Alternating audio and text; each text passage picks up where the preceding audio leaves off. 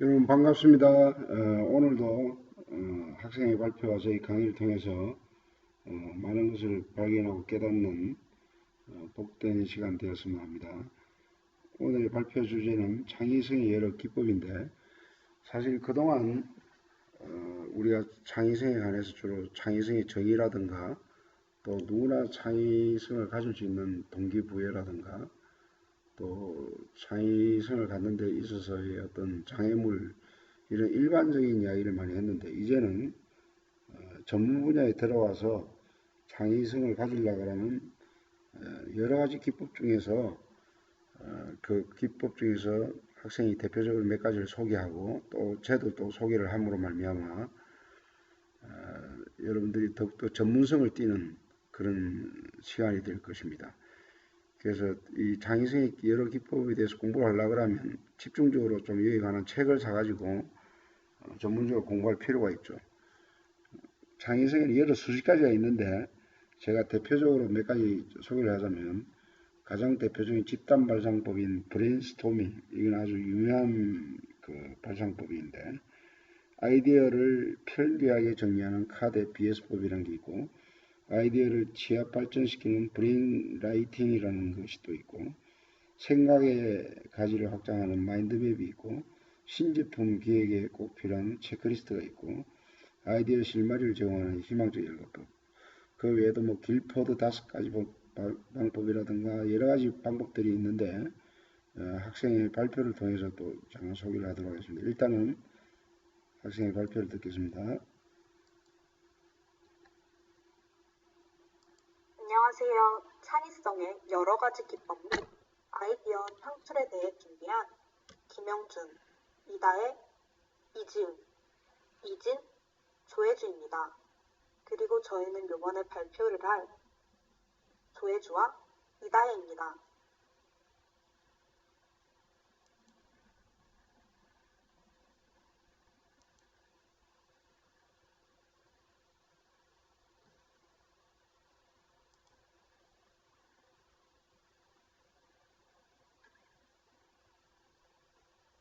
저희가 이번에 발표할 내용은 창의성이 무엇인지에 대해 설명을 해보고 스캔버 기법과 육색 사고모자 기법 이 두 가지와 마인드맵, 브레인 라이팅에 대해 설명을 해보도록 하겠습니다.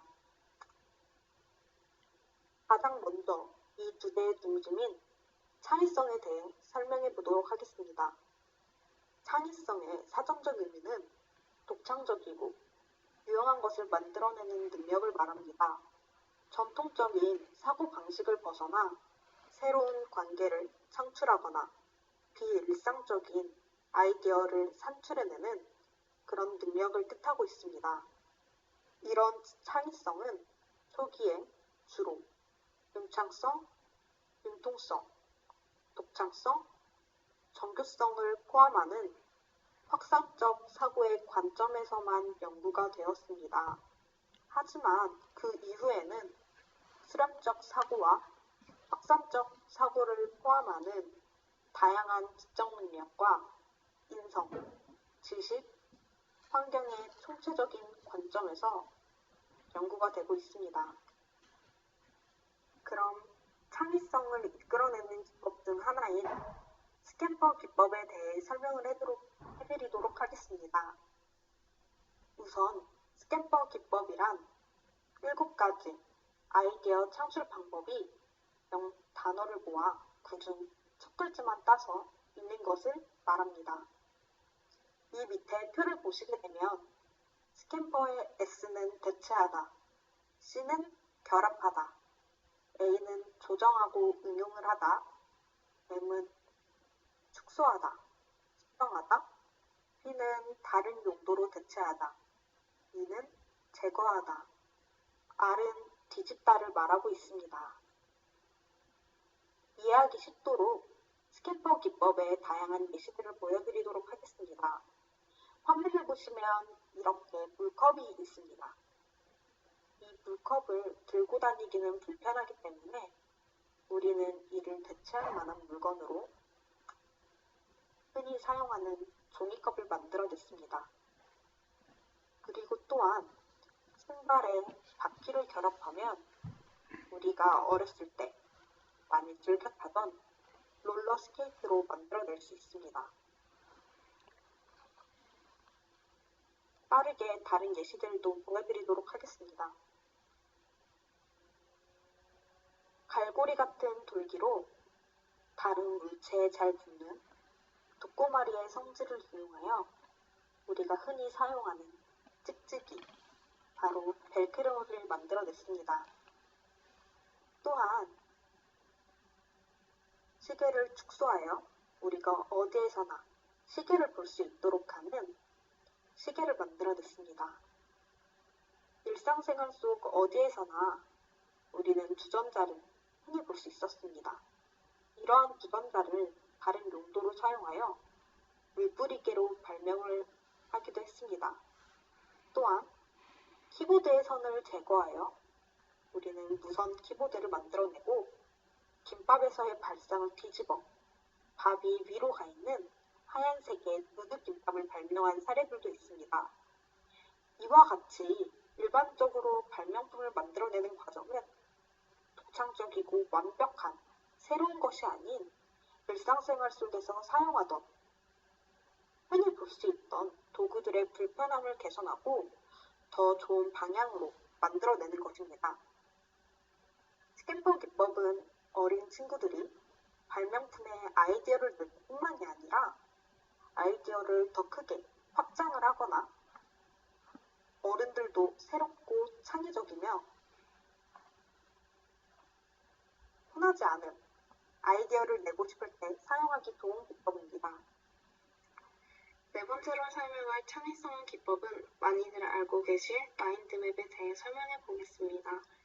다른 말로 클러스터 기법이라고 말하기도 합니다. 마인드맵은 말 그대로 생각의 지도라는 뜻입니다.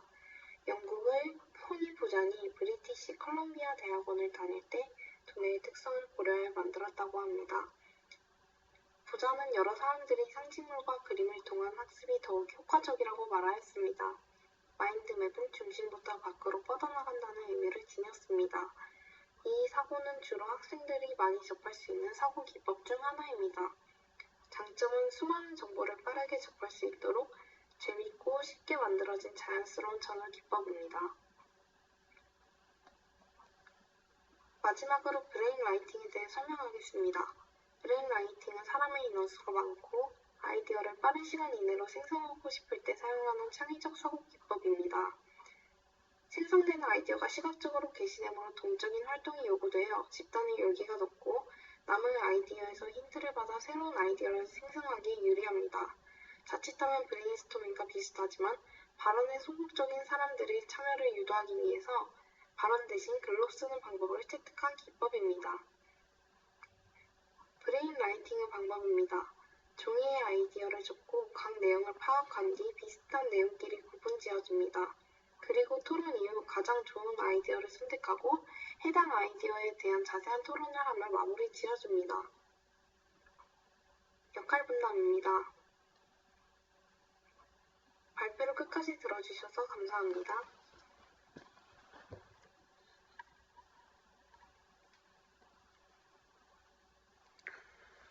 예, 학생들 그 발표 참 잘했습니다.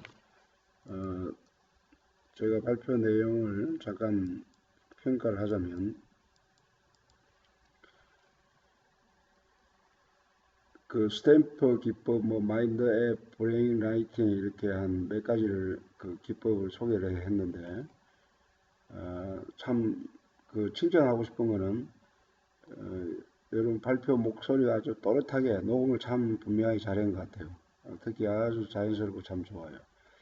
근데 조금 아쉬운 게 그 내용을 이렇게 그 파워포인트에 적어놨는데 이상하게 글씨가 이렇게 흐려져서 글씨를 잘 파악할 수가 없어요. 전체적으로 이 파워포인트 내용이 선명하게 눈에 탁 들어왔으면 더 좋을 뻔했는데 그런 아쉬움이 있어요. 지금 현재 여러분들이 솔직히 그 창의적 기법에 대해서 강의를 한번 들은 적도 없이 그냥 생소한 가운데서 여러분들이 이거를 자료를 모아서 여러분들이 발표한다는 게 쉬운 것이 아닙니다. 그래도 나름대로 어떤 기법들을 모아가지고 이렇게 발표한 것에 대해서 다시 한번 잘했다고 칭찬하고 싶습니다. 여러 가지 기법들이 있어요. 수십 가지 기법이 있는데 제가 한 두 가지만 소개하고 마치겠습니다. 이 브레인스토밍, 아까 뭐 브레인 뭐 라이팅이라는 또 그런 거 있었는데 좀 비슷한 건데, 이 브레인스토밍 기법은 뭐냐면 한 6, 7명, 8명들이 모여가지고 거기에는 이제 리더가 있겠죠. 그러니까 여러 가지 아이디어를 제시를 하는 거예요. 제시를 하면 그 리더하는 사람이 각자의 어떤 아이디어를 다 이렇게 수집을 하는 거예요. 이때 중요한 것은 너 아이디어는 왜 이렇게 시원찮니 하고 이렇게 비판하거나 비방하지 않는다는 거죠. 어떤 실질적으로 약간 아이디어가 조금 좋지 않은 그런 경우이더라도 그걸 다 이렇게 포용하고 수용하고 다 이렇게 좋게 받아들이는 그런 분위기로 판단을 보류하는 것이 일단은 어떤 아이디어도 제안하게끔, 그 다음에 아주 자유분방하게 무엇이든 생각나는 대로 자유롭게 말하는 그런 분위기를 맞춰서 고정적인 그런 사고의 틀을 깨고 다양한 어떤 아이디어로 막 이것저것 다 생각해가지고 아이디어를 낼 수 있게끔. 그 리더는 그 아이디어를 내면 결국 그거를 이제 계속 1번, 2번 해가지고 계속 그걸 적어야 되겠죠. 대량 발상, 아이디어가 많이 나올 수 있도록 수집을 하는 거예요. 근데 일단 그 6, 7명의 그 아이디어가 전부 다 이렇게 모아졌으면 마지막에 단계는 뭐냐면 그 아이디어 가운데 가장 괜찮은 것을 취사 선택하는 것이죠. 이 한 가지를 법칙을 다하자면 이 범위를 좁게 생각하지 말고 생각의 범위를 넓게 자유롭게 생각해서 결국은 취사 선택해서 가장 좋은 아이디어를 선택하는 이 뭐 일반적인 그런 기법이죠. 브레인스토밍이나 이런 기법이 있고, 다음에는 뭐냐면 길포드 창조성 5가지 요소의 기법이 있는데 이것도 상당히 공감이 가기 때문에 제가 소개하고자 합니다. 일단은 창의력에 대한 어떤 아이디어를 내려고 하면 문제가 뭔지 그 문제에 대한 감성이 아주 예민해야 돼요. 그래서 문제를 관찰할 수 있고 이 문제를 보다 더 다른 해결책으로